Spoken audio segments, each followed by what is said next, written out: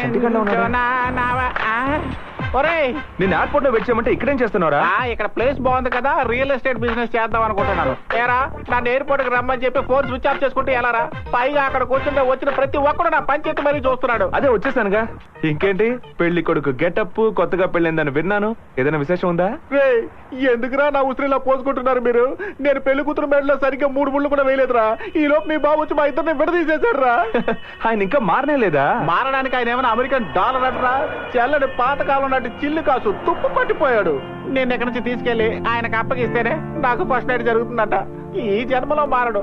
మచా నువ్వు ఎలాగైనా సరే నాతో పాటు వచ్చి నా బాధల నుంచి నన్ను విముక్తి చేయరా. ఏంట్రా ఆలోచిస్తున్నావు? బయలుదేర్రా రే, బయలుదేర్రా.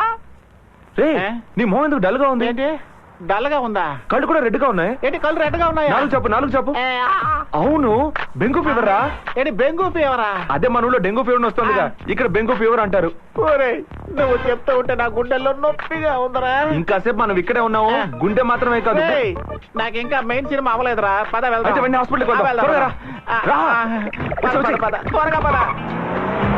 ఒరే నేను నడుచుకుంటూ రాగలరా? నన్ను ఇలా బండి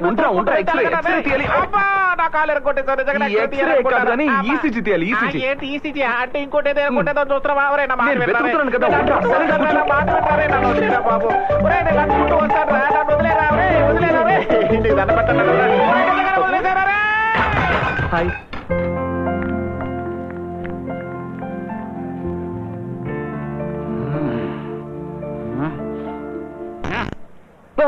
బింగు ఫీవర్ వస్తే వేరే వాడటం నాకు అర్థమైంది. నీ లవర్ ని రెన్యువల్ చేయించుకోవడం కోసం ఎఫ్సీకి వచ్చిన ఆటో తోసినట్టు నన్ను తోసేసావే. తగలకుండా చోట తగిలింటే నాకు దీనికి కూడా ప్రాబ్లం అయిపోయేది. అది కాదురా చంటి, నావలే కదా తనకు పెళ్లి ఆగిపోయింది. మళ్ళీ తనకి పెళ్లి అయిపోయిందో లేదో తెలుసుకోవద్దా? అందుకని నువ్వు ఇక్కడ ఒక రోజు అడ్మిట్ అయితే తనకి పెళ్ళైందో లేదో తెలుసుకోవచ్చు కదా.